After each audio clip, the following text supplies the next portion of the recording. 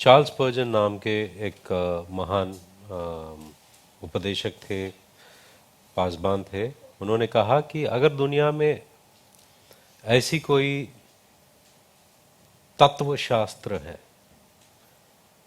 और ऐसी कोई महान विज्ञान है जो हासिल करने लायक है, वो बाइबल, उससे बढ़कर और कुछ नहीं। तो मैं आपको एंकरेज करता हूं कि बाइबल कॉलेज के जो भी क्लासेस है सब्सक्राइब करना और सीखना, क्योंकि इससे बढ़कर कोई शिक्षा नहीं है। आइए हम परमेश्वर के वचन के लिए प्रार्थना करते हैं।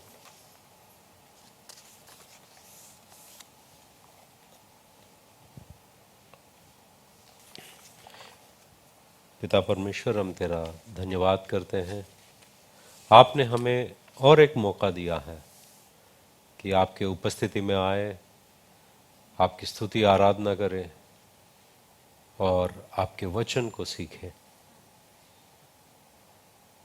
वचन परमेश्वर आपकी ओर दर्शाता है और वचन से हम सीखते हैं कि आप कैसे हैं। परमेश्वर, हम धन्यवाद करते हैं इस अवसर के लिए। इस वक्त हम उम्मीद करते हैं परमेश्वर कि तेरे सिंहासन से तेरी आवाज़ को हम सुने, तेरे वचनों के जरिए। यीशु मसीह के नाम से हम प्रार्थना करते हैं, आमीन। हम निर्गमन के 33 में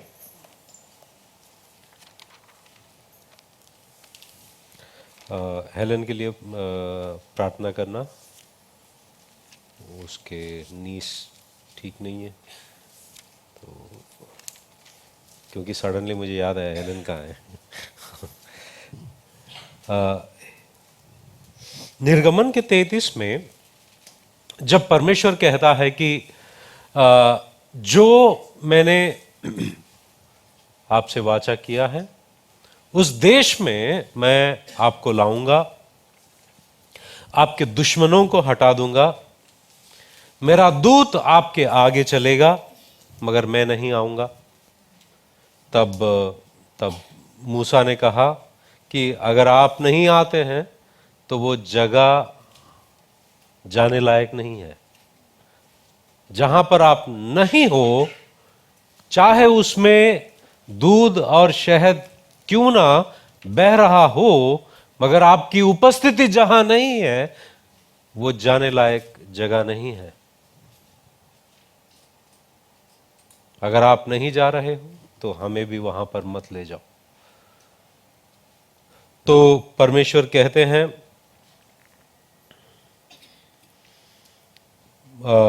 जब हम 12 वचन में पढ़ते हैं, मूसा ने यहोवा से कहा, सुन, तू मुझसे कहता है इन लोगों को ले चल, परंतु यह नहीं बताया कि तू मेरे संग किसको भेजेगा। तो भी तूने कहा है, तेरा नाम मेरे चित्त में बसा है और तुझ पर मेरे अनुग्रह की दृष्टि है। और अब यदि मुझ पर तेरे अनुग्रह की दृष्टि हो तो मुझे अपनी गति समझा दे, जिससे जब मैं तेरा ज्ञान पाऊं तब तेरे अनुग्रह की दृष्टि मुझ पर बनी रहे।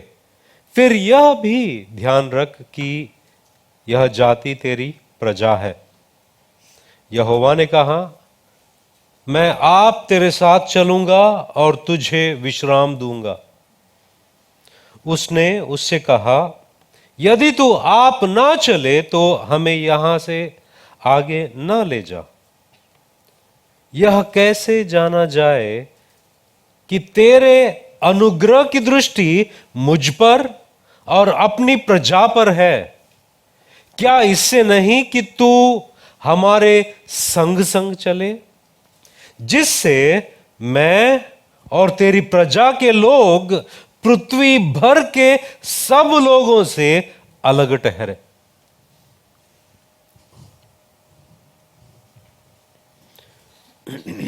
अगर मैं कुछ लोगों का नाम लेता हूं तो आप एक शब्द में बताओगे कि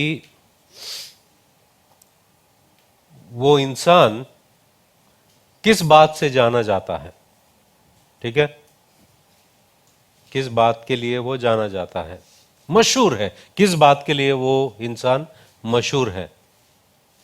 जॉनी लीवर, कॉमेडी, कॉमेडी के लिए। दारा सिंह, कुश्ती, ताकत के लिए। ऐसे मैं नाम लेते जाऊं, आप लोग बोलेंगे हाँ ये इंसान इसके लिए जाना जाता है, उसके लिए जाना जाता है। आप किसके लिए जाने जाते हो?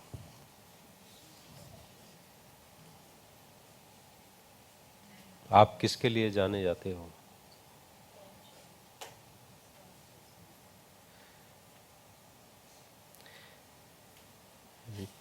कॉल आता है, उस पर लाल आता है, उस पर आता है फ्रॉड। अभी मैं पूछ रहा हूं आप किसके लिए जाना जाते हो? फ्रॉड। हाँ, किसके लिए जाने जाते हो आप जहां पर रहते हो, आपका नाम लेते ही लोगों के जहन में क्या बात आती है? आप कौन हो? तो मूसा के लिए वो क्या बात है जो उसको और इस्राएल लोगों को, सारे पृथ्वी पे लोगों जितने भी हैं उनसे अलग, ये लोग अलग है, ये अलग रखने वाली बात क्या है? वो क्या चीज है? मूसा कहता है, वो ये कहता है 16 में देखो, यह कैसे जाना जाए कि तेरे अनुग्रह की दृष्टि मुझ पर और अपनी प्रजा पर है। कैसे जाना जाए तेरा अनुग्रह मुझ पर है? कैसे जाना जाए तेरा अनुग्रह इज़राइल पर है? क्या पैसों के वजह से? सुन रहे हो? यहां पर हो? क्या पैसों की वजह से जाना जाए कि हां ये लोग यहोवा के लोग हैं? नहीं, वो कहता है कि क्या इससे नहीं कि तू हमारे संग संग चले, मतलब तेरी उपस्थिति हमारे जिंदगी में रहेगी। यही चीज हमें सारे पृथ्वी पर जितने भी लोग हैं उन सारे लोगों से हमें अलग करती है। परमेश्वर की उपस्थिति हमारे साथ, और हम परमेश्वर के साथ जो चलते हैं, ये हमें सारे लोगों से अलग करती है। यही बात आपके दोस्तों से आपको अलग करती है। यही बात आपके रिश्तेदारों से आपको अलग करती है। यही बात आपके पड़ोसी लोगों से आपको अलग करती है। यही बात आप जहां पर कॉलेज में हो, काम करते हो, वहां पर सब लोगों के बीच में आपको अलग करने वाली बात यह है कि आप परमेश्वर के साथ चलते हो। अगर नहीं चलते हो, कुछ लोग होते हैं कि फर्क नहीं होता है। अगर पूछते हो आपकी इनमें और जो अविश्वासी है, जो विश्वास नहीं करता है, और आप पूछते हो कि इनमें मुझ में क्या फर्क है, अगर लोग बोले कि कुछ फर्क नहीं दिखता है, वो जैसी है आप भी वैसे हो, वो बहुत भयानक गवाही है। वो बहुत ही, अगर लोग फर्क नहीं देखे तो फिर आप कहां पर हो, इस बात को समझो। क्योंकि मूसा के लिए यह बात है कि उन लोगों को, उस प्रजा को अलग करने वाली बात सारी सृष्टि में, सारे लोगों में, वो ये है कि परमेश्वर उनके साथ चलता है और ये लोग परमेश्वर के साथ चलते हैं। आप किस चीज के लिए जाने जाते हो? हम किस चीज के लिए जाने जाते हैं? किस चीज के लिए मशहूर हो आप? जब हम इस बात को गौर करते हैं, उत्पत्ति के किताब 5वें अध्याय में एक ऐसा इंसान है, वो केवल और केवल एक चीज के लिए जाना जाता है। उस इंसान के बारे में कुल मिलाकर कुछ 7 वचन लिखे हैं पूरे बाइबल में। कितने? सो रहे हो? हाँ? कितने वचन? कितने वचन थे?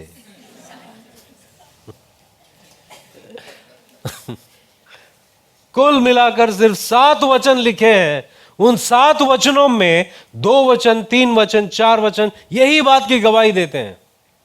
वो क्या है? 5वां अध्याय में जब हम 21वां वचन से देखते हैं उत्पत्ति के, जब हानोक 65 वर्ष का हुआ तब उससे मतुशेला का जन्म हुआ। मतुशेला के जन्म के पश्चात हानोक 300 वर्ष तक परमेश्वर के साथ साथ चलता रहा और उसके और भी बेटे बेटियां उत्पन्न हुई। इस प्रकार हानोक की कुल आयु 365 वर्ष की हुई। हानोक परमेश्वर के साथ साथ चलता था। हानोक के बारे में लिखने के लिए और कोई नया शब्द नहीं मिला इनको। 22वें वचन में और 24वें वचन में वही बात को दोहराया गया है कि हानोक परमेश्वर के साथ चलता रहा। हानोक परमेश्वर के साथ चलता रहा। इससे और कोई नई बात नहीं मिली इनको। जब एक बात को बार बार दोहराया जाता है बाइबल के अनुसार, उसे हम ये कहते हैं कि उस बात पर जोर डाला जा रहा है। आज हम लोग समझो एक डॉक्यूमेंट लिखते हैं, उस डॉक्यूमेंट में अगर कोई बात ऐसी है जिस पर जोर डालनी चाहिए तो क्या करते हैं हम? उसको डार्क बनाते हैं, मोटा लिखते हैं, टाइपिंग में हो या कंप्यूटर में, या तो उसके नीचे लकीर खींचते हैं ताकि इन बातों पर ज्यादा गौर डालो या ज्यादा जोर डालो। मगर बाइबल लिखने के वक्त ऐसी कोई तरकीब नहीं थी। सिर्फ वो बात को रिपीट करना ही उनका तरकीब था कि ये बात बहुत महत्वपूर्ण है। मैं आपसे कहता हूं, वेरीली वेरीली आई से अनटू यू। हिंदी में क्या कहते हैं? सच सच मैं आपसे ये बात कहता हूं। और पौलुस कहता है अगर कोई दूसरा सुसमाचार प्रचार करता है वो श्रापित हो। मैं दोबारा कहता हूं, श्रापित हो। परमेश्वर में आनंदित रहो। मैं दोबारा कहता हूं, परमेश्वर में रिपीट मतलब उस बात पर जोर डाला जाता है। परमेश्वर पवित्र पवित्र पवित्र है। पहला पवित्र तीसरा पवित्र से अलग था? नहीं, सेम था। मगर रिपीट क्या है? जोर डालना कोई बात पर। तो यहां पर हानोक के बारे में जब लिखा गया है, सिर्फ वो इंसान इस बात के लिए जाना जाता है कि वो परमेश्वर के साथ में चलता है। जब इन बातों को देखते हैं, परमेश्वर के साथ चलता है, मगर इसको कैसे समझे? परमेश्वर के साथ चलता है। जब हम इब्रानियों की पत्री में देखते हैं 11, इब्रानियों का 11,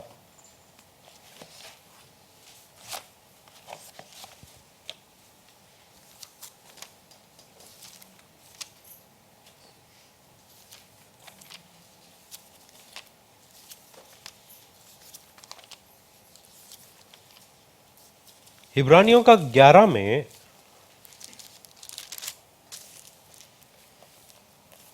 5वां वचन देखो। यहां पर यह लिखा है कि विश्वास ही से हानोक उठा लिया गया है, मृत्यु को ना देखे और उसका पता नहीं मिला, क्योंकि परमेश्वर ने उसे क्या उठा लिया था। और उसके उठाए जाने से पहले उसकी यह गवाही दी गई थी कि उसने परमेश्वर को प्रसन्न किया। जब हम पुराने नियम को, जो इब्रानी भाषा में थी, उससे यूनानी भाषा में उसकी तर्जुमा हो रही थी, उस वक्त जब ये अल्फाज लिखे गए थे कि परमेश्वर, हानोक परमेश्वर के साथ चलता था, उसी बात को यूनानी भाषा में जब ये तर्जुमा कर रहे थे, उन्होंने लिखा हानोक परमेश्वर को प्रसन्न किया। कैसे प्रसन्न किया? हम वही वचन को और आगे बढ़ाते हुए लेखक ये कहता है कि 6 में, और विश्वास बिना उसे प्रसन्न करना अनहोना है। पहली बात, हानोक परमेश्वर पर विश्वास करता था, उसके साथ साथ चलता था, क्योंकि उस पर विश्वास करता था, क्योंकि परमेश्वर के पास आने वाले को विश्वास करना चाहिए कि वह है, कि वो विश्वास कर रहा था कि वो परमेश्वर है और मैं उस पर विश्वास करता हूं, उसके साथ साथ चलता हूं और अपने खोजने वाले को प्रतिफल देता है। तो हानुक जो है उसे खोज रहा है। हानुक क्या कर रहा है? उस पर विश्वास कर रहा है, उसके साथ साथ चल रहा है, परमेश्वर के करीब आ रहा है और परमेश्वर को खोज रहा है। यह कैसा दौर था, यह कैसा जमाना था जब वो परमेश्वर को खोज रहा था, परमेश्वर पर विश्वास कर रहा था। जब हम उत्पत्ति के 5 में देखते हैं, उत्पत्ति के 5 में परमेश्वर हमें कब्रिस्तान ले जाते हैं। कहां ले जाते हैं? कब्रिस्तान ले जाते हैं। जब शैतान ने कहा यह फल खाओ आप मरोगे नहीं, मगर परमेश्वर सबको ले जाता है कब्रिस्तान में और हर एक के जिंदगी के बारे में बताते हुए यह कहता है कि ये मरा, ये मरा। 5वें अध्याय में जब हम देखते हैं, 5वें अध्याय के 5वें वचन में देखो, इस प्रकार आदम की कुल आयु 930 वर्ष की हुई, तत्पश्चात वह क्या? मर गया। 8वां वचन, इस प्रकार शेत की कुल आयु 912 वर्ष की हुई, तत्पश्चात वह मर गया। 11, इस प्रकार एनोश की कुल आयु 905 वर्ष की हुई, तत्पश्चात वह मर गया। 14, इस प्रकार केनान की कुल आयु 910 वर्ष की हुई, तत्पश्चात वह मर गया। और 17 पढ़िए, इस प्रकार महलेल की कुल आयु 895 वर्ष की हुई, तत्पश्चात वह मर गया। परमेश्वर यह दिखा रहा है, मरा, ये मरा, ये मरा, ये मरा, सबको दिखा रहा है। जो शैतान ने कहा नहीं मरेगा, यहां पर देखो सब मरे। मगर जब हानुक के पास आया, बात बदली। हानुक के पास आया, वो मरा नहीं, वो जिंदा उठा लिया गया। क्यों? वो परमेश्वर पर विश्वास करता था, वो परमेश्वर के करीब आता था, परमेश्वर को खोज रहा था और परमेश्वर के साथ चल रहा था। तो उसका डेस्टिनी को क्या कहते हैं? डेस्टिनी, तकदीर, तकदीर, सही वचन, सही शब्द, तकदीर। यह फ्रॉड कॉल कर रहा है। तकदीर बदल गई। वहां पर आप ये नहीं देखोगे कि तत्पश्चात वो मरा, ये नहीं देखोगे हानुक के बारे में। आप ये देखोगे कि परमेश्वर ने उसे उठा लिया। क्यों? वो परमेश्वर के साथ चलता था। जब हानुक के बारे में ये बातों को देखते हैं, चला परमेश्वर के साथ, चला परमेश्वर, विश्वास किया, ठीक है। अगर हम इन बातों को समझना है, हमें इन बातों को समझना है, तो इनके बैकग्राउंड में क्या हो रहा था उन बातों को समझना जरूरी है कि किन हालातों के बीच में ये परमेश्वर के साथ चल रहा था। जब हम 4 अध्याय में देखते हैं, 4 अध्याय में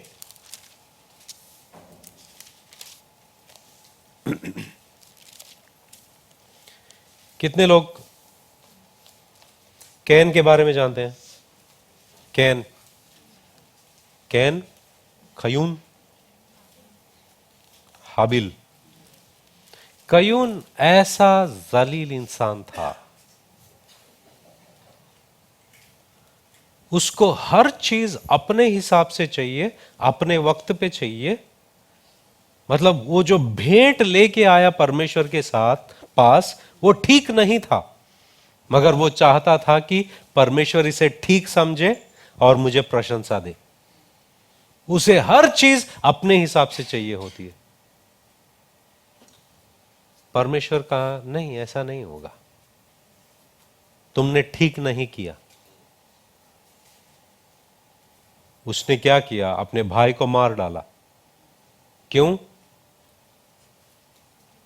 क्योंकि उसका भेंट स्वीकार किया गया है जलन के वजह से। तो कयून को परमेश्वर ने श्राप दिया और वहां से निकाल दिया। हम 16 में पढ़ते हैं, 4:16, वहां पर लिखा है कि तब कैन यहोवा के सम्मुख से निकल गया और नोद नामक देश में जो अदन की पूर्व की ओर है रहने लगा। मतलब परमेश्वर से दूर गया वो और वहां पर रहने लगा। जब कैन अपनी पत्नी के पास गया तब वह गर्भवती हुई और उसने हानोक को जन्म दिया। ये हानोक वो हानोक अलग है, एक मत समझना। हानोक को जन्म दिया।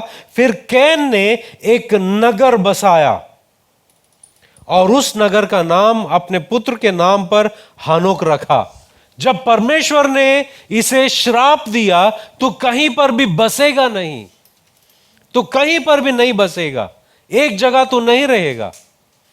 तू मेहनत करेगा मगर जमीन तुझे फल नहीं देगी, तू घूमते रहेगा। तो उसने कहा कि परमेश्वर तूने कहा ना कि मैं घूमते रहूंगा, देख मैं शहर बांधूंगा और वहां पर बसूंगा और बस के दिखाऊंगा मैं। उसने शहर बांध दी। शहर गांव समझ में आता है, मगर इसने गांव नहीं शहर बनाया। शहर बनाने के लिए क्या लगता है? बहुत सारे लोगों को इकट्ठा करना पड़ता है और बहुत सारे लोगों को बताना पड़ता है कि हम लोग यहां पर बसेंगे, यहां पर ये बनाएंगे, वो बनाएंगे, इमारतें बनाएंगे, हम लोग यहां पर ऐसा रहेंगे कि हमको। शहर की खासियत क्या होती है पता है? जब मैं बच्चा था तब छोटा था, नहीं जब छोटा था तब बच्चा था। हाँ, शहर ऐसा होता है कि शहर को दूसरे कोई जगह पर डिपेंड होने की जरूरत नहीं है। मतलब वो शहर में ही सब कुछ मिलता है, कुछ लाने के लिए कहीं और जाने की जरूरत नहीं होती है, सेल्फ सफिशिएंट। तो कयून जो है वो शहर बना रहा था ताकि वो किसी के ऊपर निर्भर ना रहे, किसी की जरूरत ना रहे, हम इसमें ही सेल्फ सेटिस्फाइड रहे। परमेश्वर नहीं, कोई नहीं चाहिए, बस इसमें ही हम लोग रहे। आगे हम जब देखते हैं फिर कैन ने 18 वचन, हानोक से इराद उत्पन्न हुआ और इराद से महुयाएल उत्पन्न हुआ और महुयाएल से मतुशाएल और मतुशाएल से लामेक उत्पन्न हुआ। लामेक जो है आदम से 7वां है। आदम, कयून, फिर लामेक। आदम से लेकर लामेक तक वो 7वीं पीढ़ी थी और आदम से, सेत से हानोक तक वो 7वीं पीढ़ी थी। मतलब ये लामेक और हानोक मंच पर एक ही वक्त पर प्रदर्शन हो रहे हैं। ये दोनों लोग, एक तरफ लामेक उसी जमाने में, एक तरफ कौन है? हानोक है। और लामेक जो है वो क्या कर रहा है देखते हैं। लामेक ने 19वां वचन में, लामेक ने 2 स्त्रियां ब्याली। अगर कोई पूछे बाइबल में ऐसा कौन सा व्यक्ति है जो पहली बार दो स्त्रियों को के साथ विवाह किया, वो लामेक है। जिनमें से एक का नाम अदा और दूसरी का सिला था। मतलब जो परमेश्वर ने एक जो सिद्धांत बनाई है, एक आदम एक हवा, उस जो संप्रदाय जो है, परमेश्वर का जो ऑर्डिनेंस है, उसे तोड़कर उसने कहा कि मुझे तेरी बात सुनने की जरूरत नहीं है। वो तोड़ दिया। और वचन 20, अदा ने याबाल को जन्म दिया, तब तंबुओं में रहना और पशुपालन इन दोनों रीतियों का प्रवर्तक हुआ। प्रवर्तक मतलब क्या है? पशुओं को इस्तेमाल करते हुए कैसे पैसा कमाया जाए, बिजनेस कैसा किया जाए, और इन सारे लोगों को सिखाने लगा कि कैसे बिजनेस किया जा सकता है पशुओं का इस्तेमाल करते हुए, कैसे हम पैसा कमा सकते हैं। फिर 20, अदा ने याबाल को जन्म दिया, वह तंबुओं में रहना और पशुपालन इन दोनों रीतियों का प्रवर्तक हुआ। 21, और उसके भाई का नाम युबाल था, वहां वीणा और बांसुरी आदि बाजों के बजाने की सारी रीति का प्रवर्तक हुआ। मतलब उस शहर में एक तरफ बिजनेस कैसे किया जाए वो हो रहा था, पैसा कैसा कमाया जाए, चीजों को किस तरह इस्तेमाल किया जाए, और दूसरी तरफ एंटरटेनमेंट शुरू हुआ। क्या? म्यूजिक, म्यूजिक, बांसुरी, बाज, हर तरह का। मतलब वो शहर में सब कुछ हो रहा था कि उनको बाहर अपनी तसल्ली के लिए, अपनी संतुष्टि के लिए परमेश्वर की ओर देखने की जरूरत नहीं है। क्यों? एक तरफ पैसा, दूसरी तरफ बिजनेस, एक दूसरी तरफ एंटरटेनमेंट, म्यूजिक, सब कुछ हो रहा है। हम इसी में खुश हैं, हम इसी में खुश हैं। 21 में 22 में जब हम देखते हैं, और सिला ने भी तुबाल के नामक एक पुत्र को जन्म दिया, वहां पीतल और लोहे के सब धार वाले हथियारों का गढ़ने वाला हुआ। तुबाल कैन की बहन नामा थी। यहां पर धार वाले हथियार लिखे गए हैं, मगर यहां पर क्या है कि ये हथियार हथियार नहीं, मगर कैसे जमीन को क्या कहते हैं, जमीन की खुदाई करने के लिए और खेती बाड़ी करने के लिए जो सामग्री होता है उसका उत्पन्न। और हां, इसमें वो शब्द का भी आप अर्थ ला सकते हो कि हथियार भी हैं वो एक तरह से। मतलब इस शहर में सब कुछ है, गाना बजाना है, बांसुरी है, सब कुछ है, बिजनेस है, पैसा है और सिविलाइजेशन है। और इधर हानुक है, और यहां के लोग बोल रहे देख वो निकम्मा परमेश्वर के साथ चल रहा है। क्या है परमेश्वर में? यहां पर देखो हम लोग कैसे रह रहे हैं। हमारे पास म्यूजिक है, हमारे पास सब कुछ है, हमारे पास बहुत सारा एंटरटेनमेंट है, हमारे पास बहुत सारा स्कोप है। स्कोप मतलब आगे बढ़ने की। और वो देखो परमेश्वर के साथ परमेश्वर परमेश्वर करके जिंदगी बर्बाद कर रहा है। कभी बोला है लोगों ने तुमको? हाँ, परमेश्वर परमेश्वर करके जिंदगी बर्बाद कर रहे हो।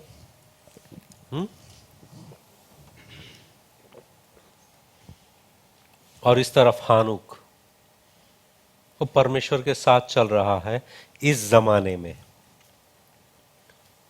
और लामेक जो है वो एक इंसान को मार डालता है, और वो मारने की जो बात है उसमें एक गाना बनाता है। वो क्या कहता है कि और लामेक ने अपने पत्नियों से कहा, हे अदा और सिला मेरी सुनो, हे लामेक की पत्नियों मेरी बात पर कान लगाओ। मैंने एक पुरुष को जो मुझे चोट लगाता था, अर्थात एक जवान को जो मुझे घायल करता था, घात किया है। मतलब मार डाला, और उसके बारे में गाना लिख रहा है ये। और 24, जब कैन का बदला 7 गुना लिया जाएगा तो लामेक का 77 गुना लिया जाएगा।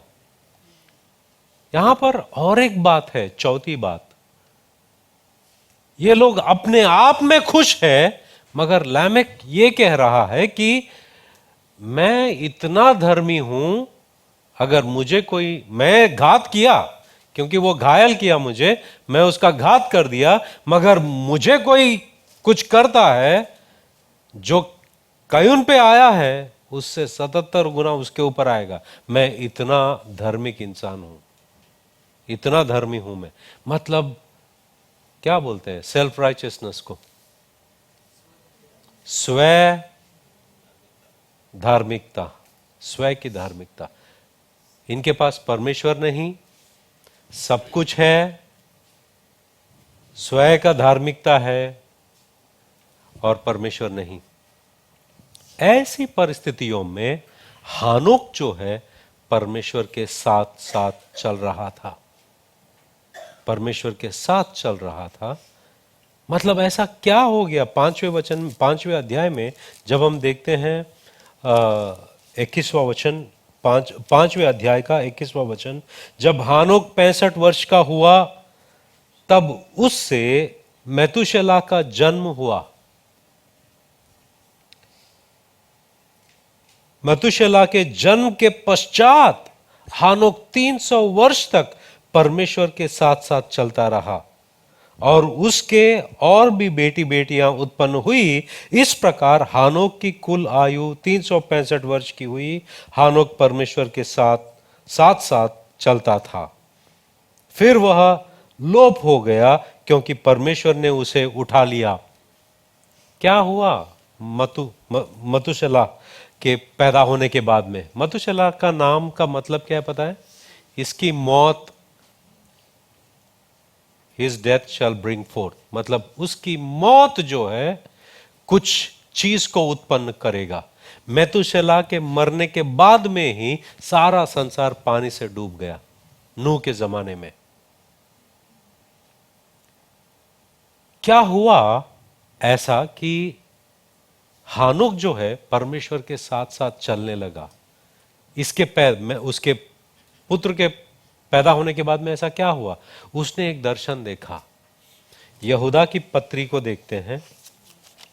यहूदा जो है वो प्रकाशित वाक्य के पहले,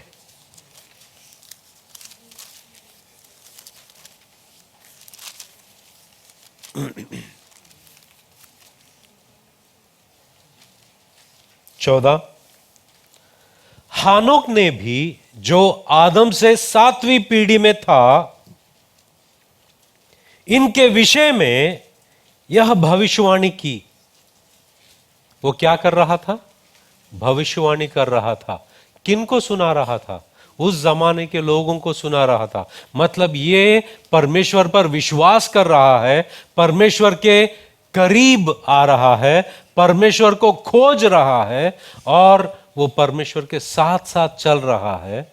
ये लोगों को प्रचार भी कर रहा है, ये लोगों को प्रचार भी कर रहा है। वो ये भविष्यवाणी की, देखो प्रभु अपने लाखों पवित्रों के साथ आया कि सबका न्याय करे और सब भक्तिहीनों को उनके अभक्ति के सब कामों के विषय में जो उन्होंने भक्तिहीन होकर किया है, और उन सब कठोर बातों के विषय में जो भक्तिहीन पापियों ने उसके विरोध में कही है, दोषी ठहराए। मतलब यहां पर वो देखता है परमेश्वर अपने संतों के साथ आ रहा है न्याय करने के लिए। मतलब हम उत्पत्ति में देख रहे हैं कोई इंसान जो हानोक है वो एक दर्शन देख रहा है। वो दर्शन जब तक नूह नहीं आया, नूह से आगे देख रहा है। जब तक अब्राहम नहीं आया, अब्राहम से आगे देख रहा है।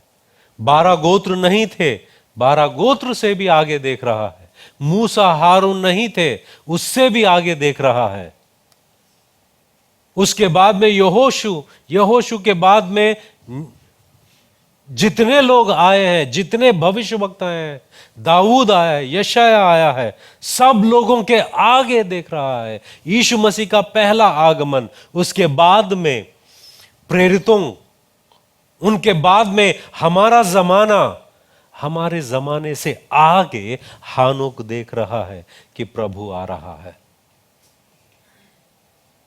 और जब उसने ये बात को देखा, इसने उसे गले लगाया उस दर्शन को। एक खास बात क्या है पता है?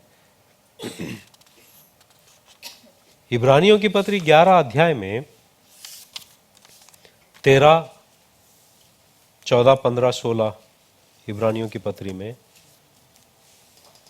यह लिखा है कि यह सब, मतलब 11 अध्याय में बहुत सारे विश्वास के वीर हैं, उन सारे लोगों के बारे में बताते हुए ये सब विश्वास ही की दशा में मरे और इन्होंने प्रतिज्ञा की हुई वस्तुएं नहीं पाई, फिर भी वो अपना विश्वास रखा। आज लोगों को ऐसा होता है कि परमेश्वर ने चंगाई नहीं दी, परमेश्वर से बैर। परमेश्वर ने उनकी जरूरत पूरी नहीं की, परमेश्वर से बैर। परमेश्वर ने कुछ नहीं किया, परमेश्वर से बैर। क्यों? परमेश्वर कुछ नहीं कर रहा है। मगर ये लोग विश्वास ही की दशा में सब मरे, पर उन्हें दूर से देखकर, मतलब वो सारे प्रतिज्ञाएं, सारे वाचाएं दूर से देखा इन्होंने और मान लिया कि हम पृथ्वी पर परदेशी और बाहरी हैं। जो ऐसी बातें कहते हैं वे प्रकट करते हैं कि स्वदेश की खोज में हैं और जिस देश से वे निकल आए थे यदि उसकी सुधि करते तो उन्हें लौट जाने का अवसर था, पर वे एक उत्तम अर्थात स्वर्गीय देश की अभिलाषी हैं। इसीलिए परमेश्वर उनका परमेश्वर कहलाने में उनसे नहीं लज्जाता, क्योंकि उसने उनके लिए एक नगर तैयार किया है। हमको कैन का नगर नहीं चाहिए, क्योंकि परमेश्वर हमारे लिए एक नगर बना रहा है। हमको कैन के नगर में हानोक की चाल चलनी है। कैन के नगर में हानोक की जिंदगी जीनी है। कैन के दुनिया में हानोक की चाल, हानोक की तरह परमेश्वर के साथ चलना है। हानोक विश्वास कर रहा था, उन बातों को गले लगा रहा था और परमेश्वर के साथ चल रहा था, परमेश्वर के साथ चल रहा था। उस जमाने में जहां पर कोई अपने आप में ही संतुष्ट है, सब परमेश्वर के साथ में चलना, यही चीज है आपको और हमको इस दुनिया से अलग रखती है। परमेश्वर की उपस्थिति हमारे जिंदगी में, परमेश्वर के साथ साथ चलना, यही हमें लोगों से अलग करता है। मूसा ने यह बात को देखा, क्या यही बात नहीं जो हमको, सारे इस्राएल को और मुझे अलग करता है? वो क्या? तेरी उपस्थिति और तेरे साथ चलना। जब हम कुछ बातों को देखते हैं कि परमेश्वर के साथ चलना क्या होता है, अक्सर लोग सोचते हैं कि कभी कभार एक जो काम कर लेते हैं उससे मेरी पहचान बन जाती है। A.W. टोजर है, वो ये कहता है कि what one does occasionally does not define a person, but rather what that individual does regularly. मतलब एक इंसान की पहचान जो है वो इंसान अक्सर हर दिन क्या करता है उससे बनती है। एक बार सुसमाचार तो कोई भी प्रचार कर लेगा, एक बार आउटरीच में कोई भी आ जाएगा, एक बार प्रार्थना में कोई भी आ जाएगा, इससे पहचान नहीं बनती। Once in a blue moon कोई भी आ जाएगा, उससे कॉलेज में सुबह कॉलेज का उदाहरण दे रहा था। कॉलेज में ऐसा होता है कि महीने के अंत में हमको एक डिफॉल्टर्स लिस्ट बनाना होता है। क्या? Defaulters list. कितने लोग एटलीस्ट इतने लेक्चर्स अटेंड नहीं किए हैं उनका लिस्ट निकालते हैं। तो स्टूडेंट्स क्या करते हैं, वो भी शाने हैं, महीने में इतने अटेंड करनी है तो बड़ी मुश्किल से उतने अटेंड कर लेते हैं, फिर हाँ मैं डिफॉल्टर में नहीं आया, मैं डिफॉल्टर नहीं हूं। वैसे कुछ लोग भी ऐसे ही करते हैं। अच्छा लोग बोलेंगे ये पूजा कभी आती नहीं है आउटरीच के लिए। अच्छा ये ऐसा बोल रहे हैं, एक बार आ ही जाती हूँ, मजाक कर रहा हूँ पूजा, वो आती है, ऐसा मत सोचो। डिफॉल्टर में नहीं आना है, उससे पहचान नहीं बनती है। आप कौन हो, आप हर दिन किस जज्बात से आप आगे जाते हो, इससे आपकी पहचान बनती है। आप कौन हो, क्या चीज है। वही बात मूसा कह रहा है, क्या ये नहीं कि हर दिन हम तेरे साथ चले, ये चीज हमें सारी पृथ्वी के लोगों से अलग करती है। परमेश्वर के साथ संग संग चलना ये एक वक्त की बात नहीं है, हर दिन की बात है, हर दिन चलना है। तो कैसे चले? कुछ आदतें हैं हमें बनानी पड़ती है, वो एक हैबिट है, हैबिट को बनाना पड़ता है। आदत पहला वाला यह है कि कयून के नगर को, कयून के जमाने को, कयून के शहर को दूर करना सीखो। मतलब इस दुनिया से बैर रखना सीखो, उससे चाहत नहीं। आपको पता है कि बहुत सारे कलीसिया, कुछ दिन पहले हम लोग someone is looking out, no invite him.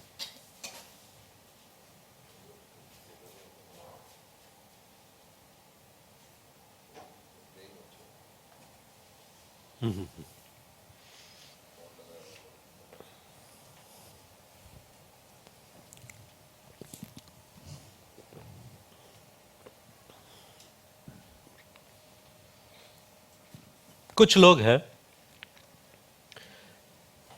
Church में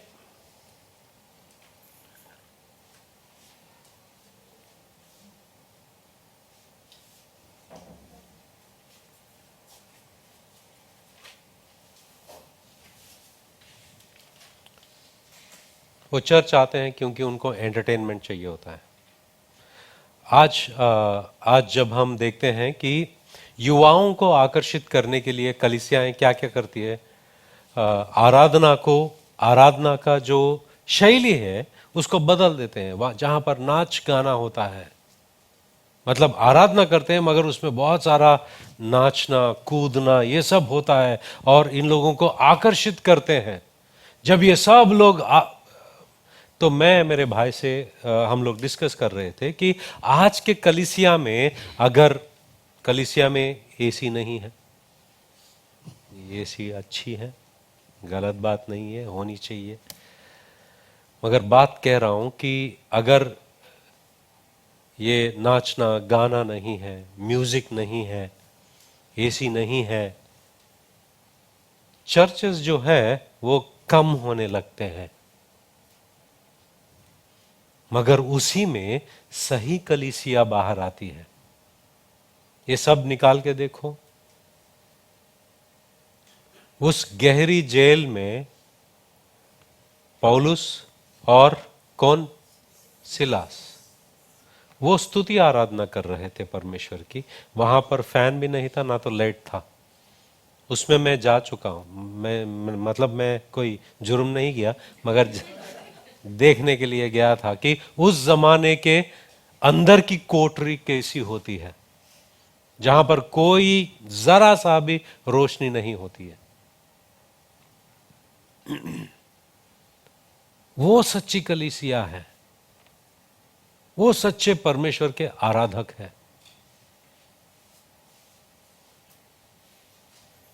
ये बात याद रखो कि आज के कलीसिया में क्या हो रहा है कि कयून का जो, कैन का जो नगर है, उसको कलीसिया में लाने की कोशिश हो रही है,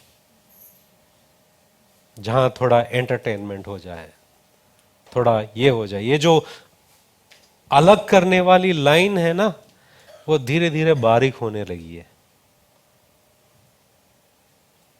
वो थोड़ा, ये थोड़ा रहेगा तो अच्छा लगेगा ना। नहीं, मैं डांट नहीं रहा हूं, मैं स्थिति बता रहा हूं। आज कोई ऐसा नहीं है यहां पर। मैं जानता हूं कि हम लोग सब एसी बंद करेंगे, यहां गर्मी होते रहेगा, फिर भी आप लोग बैठेंगे। हम लोग कहां गए थे मयूर, को बिहार में, सबको पसीने आ रहे थे, इतनी गर्मी कि वो जो धूप है आपको लगेगा कि जल रहा है। इतनी गर्मी में लोग बैठकर स्तुति आराधना कर रहे थे, फैन नहीं था। हम हर जगह जगह जा रहे थे और वहां पर खड़े होने के लिए जगह भी नहीं थी, वहां पर लोग बैठकर स्तुति आराधना कर रहे थे। मुझे लगता है उनके अंदर जो जज्बात है ना, उनके पास ज्ञान नहीं है, पढ़ाई नहीं है, मगर उनके बात, वो उनके अंदर वो बात है कि वो परमेश्वर के आराधक।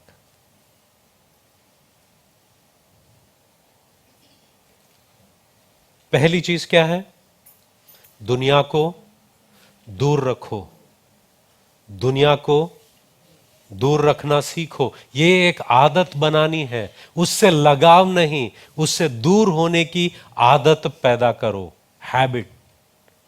उससे मेरे अंदर से कैसे धीरे धीरे दूर करूं इस दुनिया को, जो परमेश्वर के खिलाफ है, परमेश्वर के बातों को मानता नहीं, परमेश्वर के अधीनों पर, परमेश्वर के अधीन नहीं होता है, आदेशों पर नहीं चलता है। इसे कैसे मैं दूर करूं और परमेश्वर को ज्यादा वक्त कैसे दूं।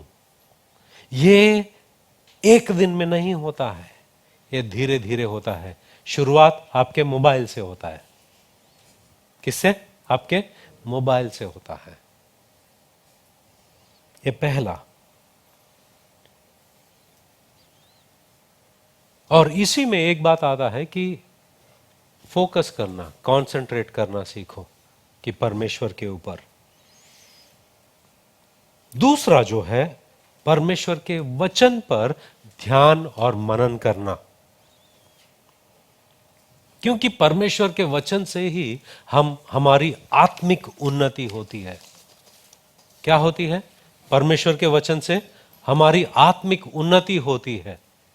और परमेश्वर का वचन जो है हमारी सोच को शुद्ध करता है। परमेश्वर का वचन जो है वो हमें जीवित करता है, क्योंकि पतरस कहता है ना कि तेरी बातों में ही जीवन है और अनंत काल है, और तेरे बातों के सिवा अलावा कुछ और नहीं। इस परमेश्वर के वचन को पढ़ते रहो, पढ़ते रहो, इतना पढ़ते रहो कि उस परमेश्वर के वचन में आप उसकी आवाज को पहचान सके। तब तक पढ़ते रहो, तब तक पढ़ते रहो। क्योंकि ये जो आदत है शुरुआत में काफी लोग ऐसा करते हैं कि बाइबल खोलते ही नींद आती है इसलिए बाइबल नहीं पढ़ता हूं। अगर नींद आती है तो भी जबरदस्ती लेके आओ, बाइबल को पढ़ो, परमेश्वर के वचन को पढ़ो और पढ़ते रहो पढ़ते रहो पढ़ते रहो, तब तक पढ़ो कि उसमें से परमेश्वर की आवाज ना आए। तब तक पढ़ते ही रहो कि आप उसमें परमेश्वर की आवाज सुने, क्योंकि यह परमेश्वर का वचन है और इसी में से वो हमसे बातें करता है।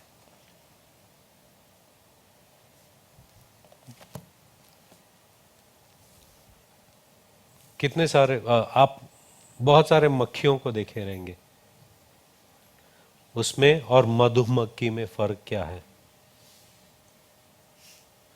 दूसरे सारे मक्खियां जो होती हैं वो टच करके निकल जाते हैं, मगर मधुमक्खी जो है वो उस फूल पर बैठता है, तब तक उसके अंदर से शहद नहीं निकलेगा, वो जाता नहीं। इसी को हम वचन पे मनन करना कहते हैं। वचन पर मनन करना यही होता है कि उस पर आप ध्यान देते रहोगे, ताकि उस वचन से जो परमेश्वर आपको सिखाना चाहता है वो आप हासिल करोगे। इसको मनन करना कहते हैं, मेडिटेटिंग गॉड्स वर्ड। क्यों दिन रात? दाऊद कहता है दिन रात तेरे वचनों में, तेरी वाचा में मैं मगन रहता हूं, मन लगाता हूं। यही बात मधुमक्खी में फर्क है दूसरे मक्खियों से, क्योंकि वो उसके ऊपर टच करके नहीं जाता है या उसको लग कर नहीं चले जाता है, मगर वहां बैठता है वो। परमेश्वर के वचन पर ध्यान देना सीखो, क्योंकि परमेश्वर का वचन हमें परमेश्वर के इरादों को बताता है, परमेश्वर के राहों को दिखाता है।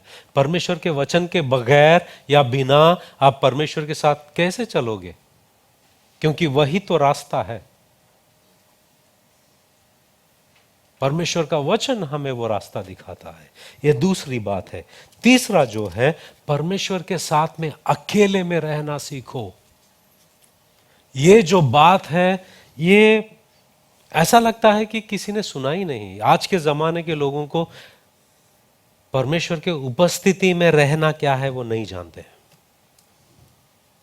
हाँ, प्रार्थना करना जानते हैं, उनका एक लिस्ट होता है, वो लिस्ट खत्म होते हैं तो प्रार्थना खत्म हो जाती है। मगर परमेश्वर के साथ में अकेले में शांत रहना क्या है वो नहीं जानते हैं, क्योंकि ये भी एक हैबिट को क्या कहते हैं हिंदी में? आदत। आदत, हर चीज एक आदत को बनानी होती है। पहला आदत क्या है? दुनिया से बैर करना, वो आदत करो कि दुनिया को दूर करना, वो आदत करो। दूसरा, ये आदत एक दिन में नहीं बनती। पहले आपका शरीर बहुत लड़ेगा आपसे, बहुत लड़ेगा, इतना लड़ेगा कि आप छोड़ ही दोगे,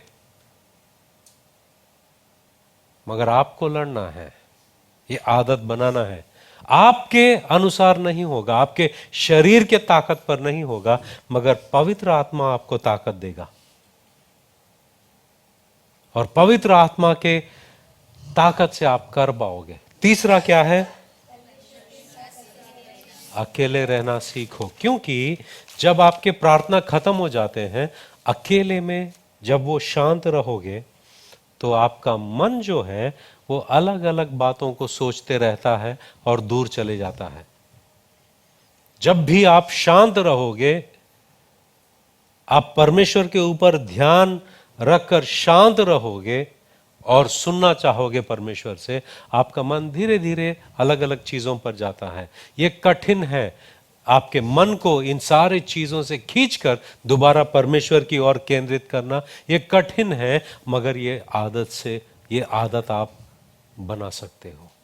इसकी आदत लग सकती है आपको, अगर आप बनाना चाहोगे तो।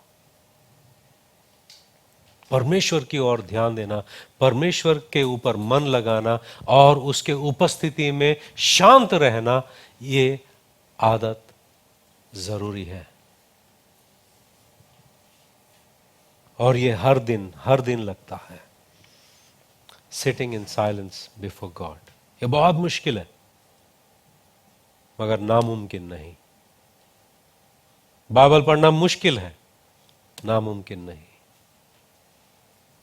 मनन करना मुश्किल है मगर नामुमकिन नहीं, क्योंकि आपका शरीर लड़ेगा। चौथा, परमेश्वर की उपस्थिति की अपेक्षा करो हर दिन। हमारी जिंदगी ऐसी होती है, सुबह उठते हैं, जो भी करते हैं और हमारे काम पे निकल जाते हैं, फिर शाम को परमेश्वर याद आता है। कब? शाम को, या कभी कोई मैसेज आता है बाइबल में तब। मगर क्या आपको ऐसा लगा कि परमेश्वर की उपस्थिति मेरे साथ में है और परमेश्वर के साथ साथ मैं चल रहा हूं? परमेश्वर की उपस्थिति की अपेक्षा हम नहीं करते हैं। हर दिन ये अपेक्षा करना, इसकी आदत लगाओ हर दिन।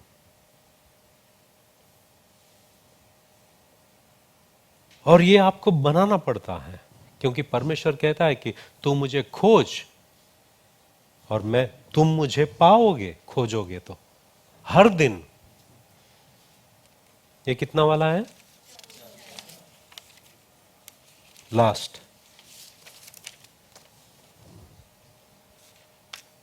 लास्ट ये है कि उसका भय मानना। उसकी उपस्थिति में वो भय रखना क्या है? काफी लोग जो है आते हैं, इजी गाना गाते हैं क्योंकि वो जानते हैं, मगर उनके दिल में वो भय मिसिंग है। परमेश्वर की उपस्थिति का एक आदर होता है, दिल में वो एक आदर होता है परमेश्वर की उपस्थिति के लिए। वो आदर क्या है लोग नहीं जानते, वो भय क्या है लोग नहीं जानते, सब कैजुअल होता है। इन चीजों को बहुत गंभीरता से लेना जरूरी है और ये आदतें बनानी पड़ती है।